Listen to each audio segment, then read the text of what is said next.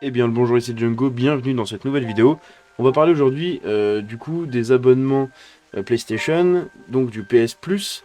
Et vous savez, il y a trois abonnements différents. Vous avez le petit, le moyen et le grand. Je sais jamais comment il s'appelle à chaque fois. Je me gourre toujours. Dans le petit, vous avez juste la possibilité de jouer en ligne et de choper les jeux gratuits du mois. Bon, ça c'était comme ce qui existait déjà avant. Dans le moyen, vous avez l'accès à un catalogue qui ressemble un peu au Game Pass. Donc un catalogue, vous avez beaucoup de jeux dedans. Vous avez aussi des jeux Sony. Et voilà, donc il est un peu plus cher. Et dans le dernier, du coup, vous avez accès à tout ce qu'il y avait dans les deux autres. Mais en plus, vous avez les démos de jeux. Donc vous pouvez jouer, je crois que c'est pendant 2 heures. Pas tous les jeux, mais les jeux qui sont dispo du coup dans ce truc là. Donc vous avez quand même les démos. En général, maintenant, c'est les jeux PlayStation qui sortent. Donc c'est assez intéressant. Et vous avez en plus de ça la possibilité de jouer du coup dans le cloud. Là aujourd'hui on va parler du PS Plus du milieu, celui qui a le catalogue de jeux, parce qu'en gros PlayStation a fait une déclaration comme quoi garder les jeux first party en dehors du PS Plus pour les sortir vraiment à côté tout seul, ça marche très bien. Et ils vont pas du tout changer de stratégie. Donc on le sait que sur Xbox, ils ont le Game Pass. Le Game Pass, vous avez tous les jeux first party, donc ce qui sont faits par Xbox Game Studios. Tous les jeux qui sont faits par Xbox, du coup, sortent Day One sur le Game Pass. Donc ça, c'est un argument de vente. C'est voilà la spécificité du Game Pass. Il y en a qui aiment bien, il y en a qui n'aiment pas. Bon, c'est un débat comme un autre. Moi, je m'en fous, j'ai les deux plateformes. Je kiffe ma vie sur les deux plateformes, donc j'ai rien à redire là-dessus. Mais voilà, je vous explique un peu le contexte de cette vidéo. Et du coup, donc Sony qui déclare comme quoi ils vont pas du tout changer de cap. PS Plus ne fonctionne pas exactement comme le Game Pass, bien qu'il s'agisse d'un modèle très similaire. Vous payez des frais mensuels, donc un abonnement, et accédez à une bibliothèque de jeux, mais là où le Game Pass vous permet d'essayer des titres de first party le premier jour, donc Day One, PlayStation vous fait attendre, en général c'est quelques mois après. Et bien que cela soit avéré controversé, Sony dit que la stratégie fonctionne. Nous sommes satisfaits de notre stratégie, a déclaré Nick McGuire, vice-président et responsable mondial des abonnements, dans une interview accordée à Games Industry Biz. Mettre des jeux un peu plus tard dans le cycle de vie a permis d'atteindre plus de clients, 12, 18, 24 mois après leur sortie. Ah putain, c'est autant que ça. Ah ouais, je savais pas. En vrai, je pensais que c'était moins que ça quand même. Mais ouais, ça fait un peu beaucoup quand même. Un an après, dans l'abonnement, ouais, il pourrait mettre au moins 6 mois quoi. On sait que la plupart des joueurs, quand ils jouent du coup à des gros jeux comme ça, ils achètent dès le début, hein. Donc bon. Nous voyons des clients toujours enthousiasmés par ces jeux et sauter dedans. Pour nous, ça marche. De temps en temps, il y aura l'occasion d'investir dans un jour et un rendez-vous comme Stray et nous sauterons dessus quand ils arriveront. Mais pour nous, laisser ces jeux de first party aller d'abord sur la plateforme en dehors du service, cela fonctionne et cela continuera d'être notre stratégie pour aller de l'avant. Pour ma petite histoire perso, 3615 je raconte ma life, j'ai joué du coup à Horizon Forbidden West et que j'ai platiné d'ailleurs à l'époque. Je l'avais fait du coup grâce du coup à leur abonnement, donc au catalogue.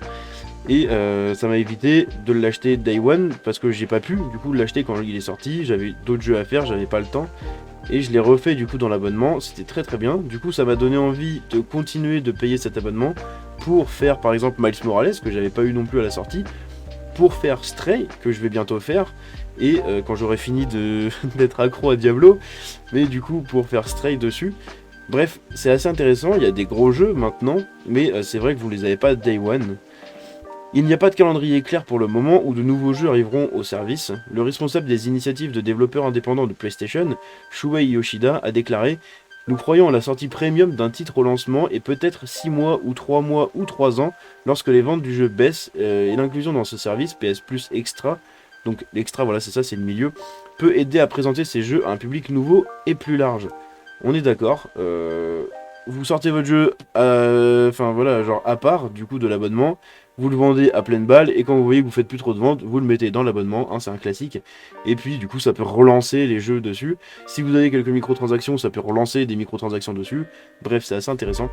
Sony a également déclaré dans le passé qu'il croyait que le lancement de jeux de première partie sans frais supplémentaires sur le PS Plus briserait le cycle vertueux et réduirait les investissements dans les studios, ce qui se traduirait par des jeux de qualité inférieure. Complètement faux. Mais pourquoi nous voyons cette approche alternative à la Xbox? C'est pourquoi, nous voyons cette approche alternative à la Xbox.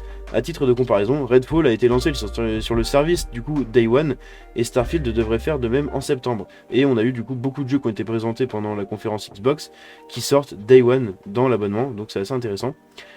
McGear a également fait la lumière sur ce qui s'est avéré être le modèle le plus populaire de PS Plus, révélant que, étonnamment, c'est le plus cher des trois, le Premium. Ah, c'est marrant ça. C'est marrant du coup. Bah je pense que c'est le truc des démos en fait et du cloud qui pousse les gens à payer cet abonnement là. Parce que c'est dispo que dans celui au maximum. Et celui au maximum ça fait mal, hein. C'est 120 balles ou 130 balles à l'année. Ça pique hein, quand même. Hein. Premium a fini par être une des plus grandes parts de la base qu'Extra, a déclaré McGear. Enfin, 130 balles ou 120 balles si vous payez en annuel. Genre moi je paye mon abonnement par exemple annuel. Avant je payais 70 € quand il y avait juste l'abonnement de base. Et là maintenant je crois que je suis rendu à 90 balles. Un truc comme ça. Mais voilà. Après évidemment si vous payez par mois ce sera toujours plus cher au final que si vous le prenez à l'année. Par contre à l'année bah, ça vous fait payer 90 balles d'un coup. Donc bon. C'est voilà, c'est une différence de paiement, vous faites comme vous voulez. Mais en tout cas, là dans ma tête, j'ai les prix qu'à l'année. Et à l'année, c'est 120 balles ou 130 balles, je crois, le plus cher. Donc ça fait quand même assez mal. C'est le double hein, quasiment de celui qu'on avait avant, de tout premier quand il n'y avait que ça à la base. Premium a fini par être une des plus grandes parts de la base qu'Extra, a déclaré McGear. Nous pensons tous qu'Extra sera l'endroit où la majorité des gens allaient en premier. Nous pensions, pardon, tous. Mais en fait, Premium a été plus populaire et plus grand. C'est une agréable surprise. Je ne pense pas que rien ne nous ait dit que nous devions changer de cap. Évidemment. Il s'agit maintenant de trouver comment nous ajoutons de nouvelles fonctionnalités que les joueurs veulent, de nouveaux jeux que les gens nous demandent et que nous n'avons pas, d'autres avantages qu'ils demandent. Comment pouvons-nous garder le service pertinent, le rendre plus précieux et attirer plus de gens ? Et ben en continuant ce que vous faites du coup parce que pour l'instant ça marche tout simplement. Tout simplement. Et c'est sûr qu'ils vont garder comme ça. Tant qu'ils feront énormément de ventes en sortant les jeux à part, ils vont pas trouver d'intérêt du coup de les foutre dans l'abonnement. Donc après évidemment quand les jeux bideront, quand personne voudra les acheter, bah, ils seront obligés de les foutre dans l'abonnement. Mais bon d'ici là on n'y est pas encore hein. Et leur abonnement de toute façon il est intéressant. Les deux abonnements hein, sont intéressants avec le Game Pass et celui de PlayStation. C'est juste que ça dépend ce que vous cherchez, ça dépend ce que vous voulez trouver et ça dépend comment vous les utilisez.